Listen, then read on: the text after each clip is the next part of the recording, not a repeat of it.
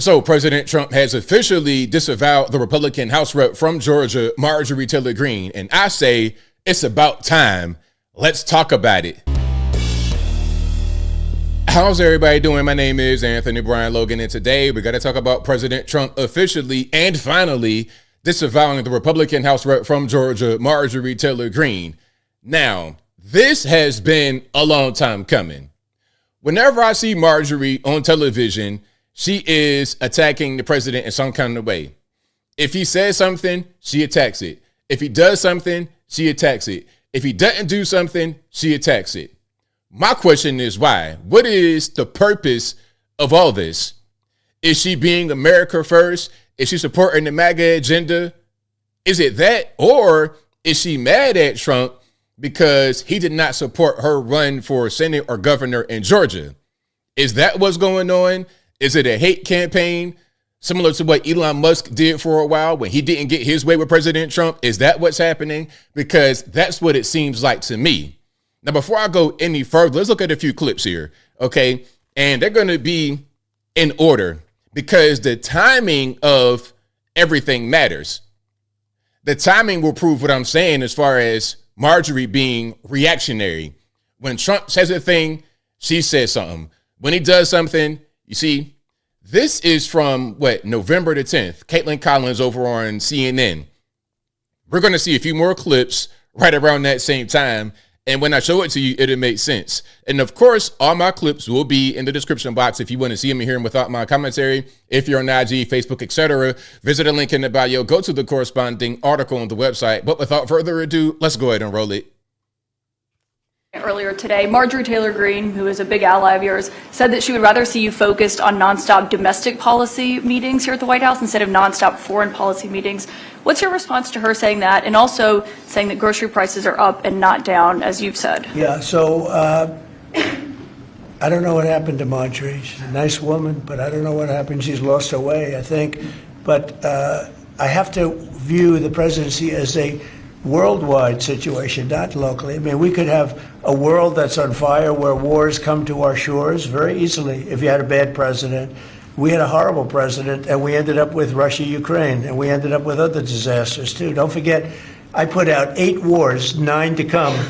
I think I'll get the other one taken care of, but I put out 8 wars.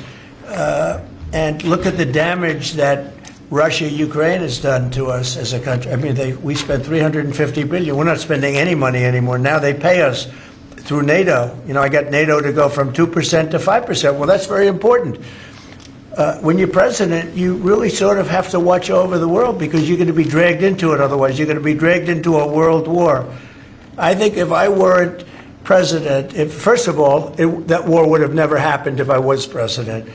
There's more to this, but you get the general idea. He's saying, look, I am the president of the USA, but at a certain point, we need to be concerned with world affairs because if we're not concerned with them, then we're going to be forced to be concerned with it, and it'll cost us a lot more on the back end when you're talking about money, maybe even human beings. So what he's saying here is correct. Let's keep going here. Now, this clip, it says right there November the 14th, but that's when I uploaded it. This is from the Tim Dillon podcast, which came out on October 11th, okay? And I'm going to zoom in right there so you're able to see it, okay? October 11th, 2025. This is Marjorie Taylor Greene on the Tim Dillon Show, all right? And again, I'll link to it in the box.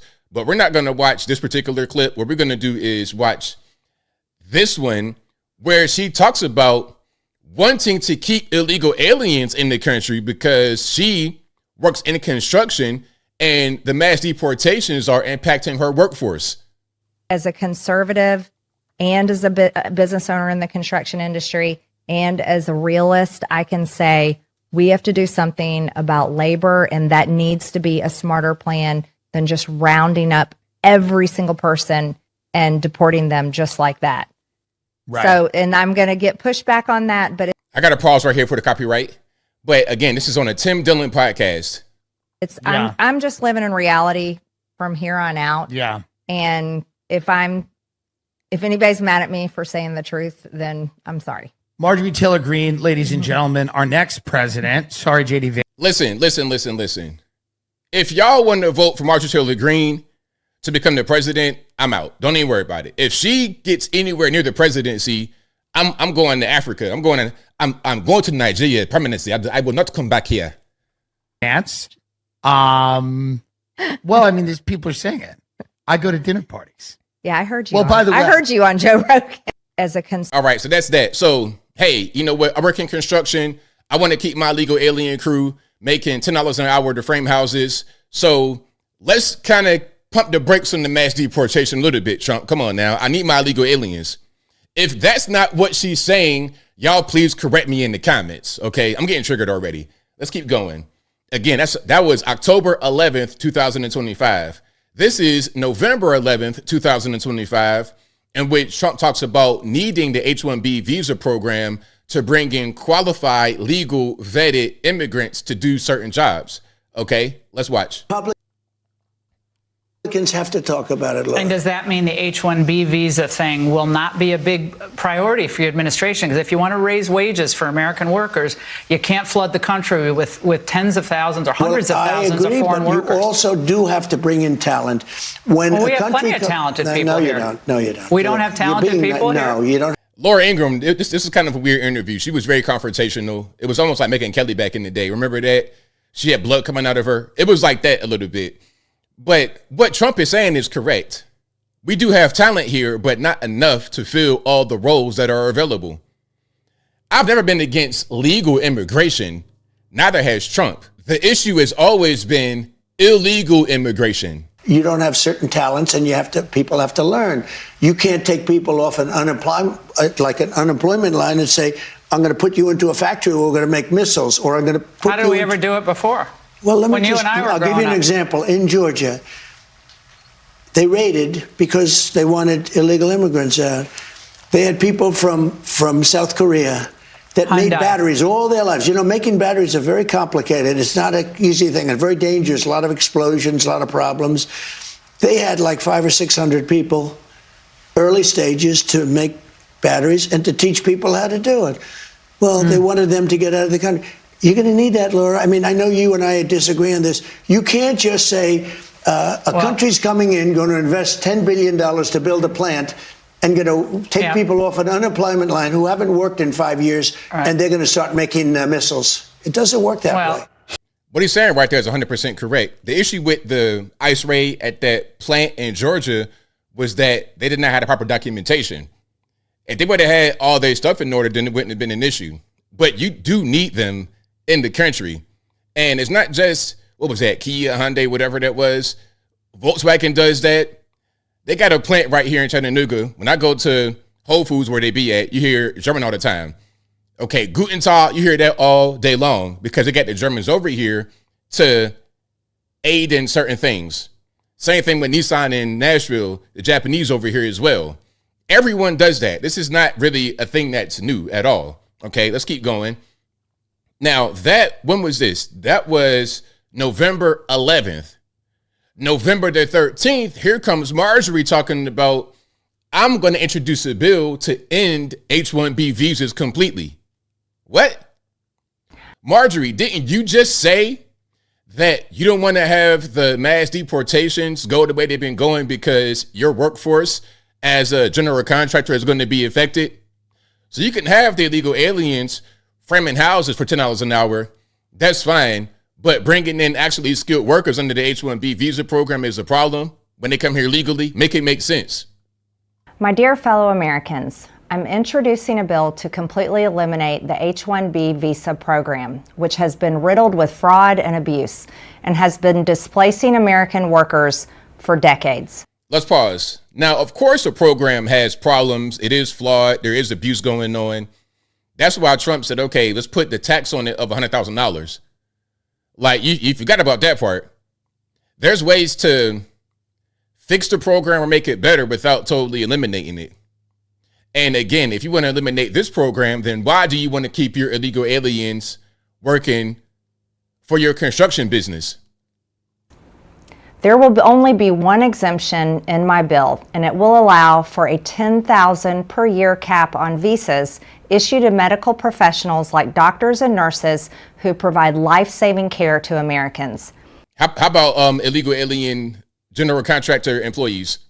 However, even this $10,000 per year cap will be phased out over 10 years to allow us time to build our own pipeline of American doctors and physicians. My bill will also restore the original intent of the visa, for it to be temporary. These visas were intended to fulfill a specialty occupational need at a given time.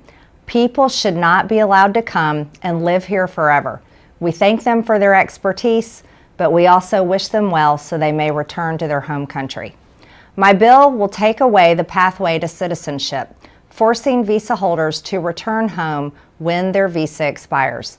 In order to build our pipeline of American doctors and medical professionals, my bill will also prohibit Medicare-funded residency programs from admitting non-citizen medical students into their programs. The problem is you need more people in America, more Americans to do these things. That's the general issue. That's why the H-1B program is needed, because there's not enough people to fill all these positions who are American citizens. And, you know, the biggest problem is the low birth rate, not just in America, but all over the world. You see, Republicans and Democrats understand the birth rate issue. The Democrats wanted to just flood us with a bunch of illegal aliens, the same ones that are on your job site, Marjorie, building houses for $10 an hour. Okay, that's what they did. What we say on the right is no more of that, but let's have actual ways to bring in legal people. Again, I am not a person who is against legal immigration. I am against illegal immigration. Just last year alone, there were over 9,000 doctors in the U.S. who graduated from medical school but were left without a residency placement. Meanwhile, in 2023 alone, there were over 5,000 foreign-born doctors who received residency spots. This is entirely unfair. My question would be, how many foreign-born people who went to medical school here were able to get placements? What's the percentage compared to the percentage of American-born medical school graduates who were able to get placement? Like that's what you got to ask. You're putting out these numbers kind of randomly and haphazardly because you were rushing to get this video out just 2 days after Trump said that about H-1Bs. You're trying to capitalize off the negative press that he got from the right on that because you're in a hate campaign against him. And it's America last. There's more. I'm going to link to it in the box. Okay, I'm going to link to it in the box just so, you know, I'm not trying to cut nobody off, but we got limited time.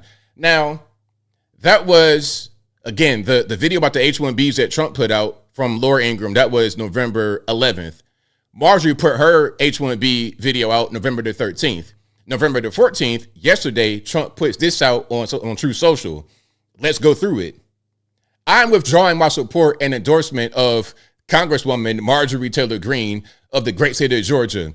Over the past few weeks, despite my creating record achievements for our country, including a total and complete victory on the shutdown, closed borders, low taxes, no men and women's sports or transgender for everyone, ending DEI, stopping Biden's record-setting inflation, biggest regulation cuts in history, stopping 8 wars, rebuilding our military, being respected by every country in the world, as opposed to being the laughingstock that we were just 12 months ago, having trillions of dollars, record-setting, invested in the USA, and having created the hottest country anywhere in the world from being a dead country just 12 months ago, and so much more.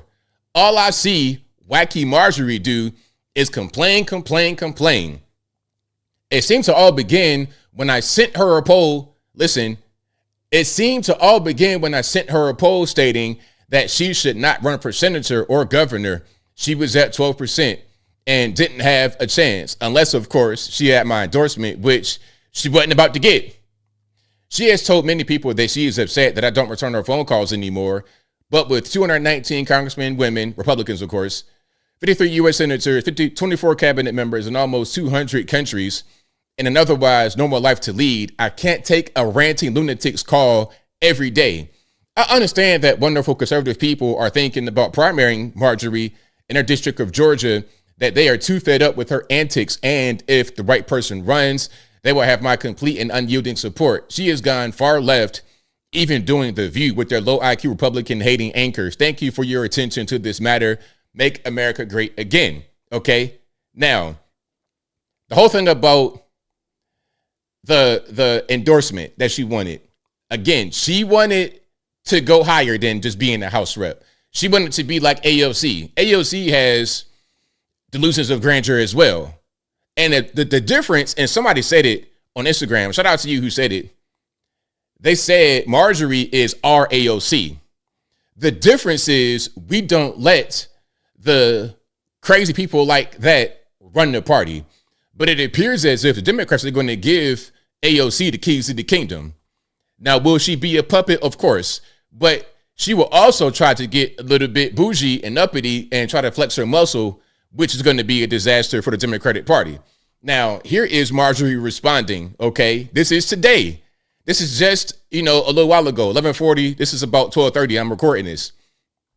I'm now being contacted by private security firms with warnings for my safety as a hotbed of threats against me are being fueled and egged on by the most powerful man in the world. The man I supported and helped get elected. Aggressive rhetoric attacking me has historically led to death threats and multiple convictions of men who were radicalized by the same type of rhetoric being directed at me right now.